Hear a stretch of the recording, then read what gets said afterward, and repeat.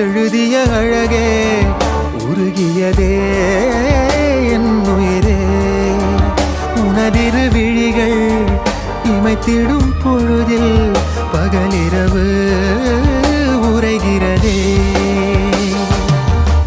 இதயம் கேட்குதே என் காற்றாக கனவாக கை வீசும் காதல் இவள் யாரோ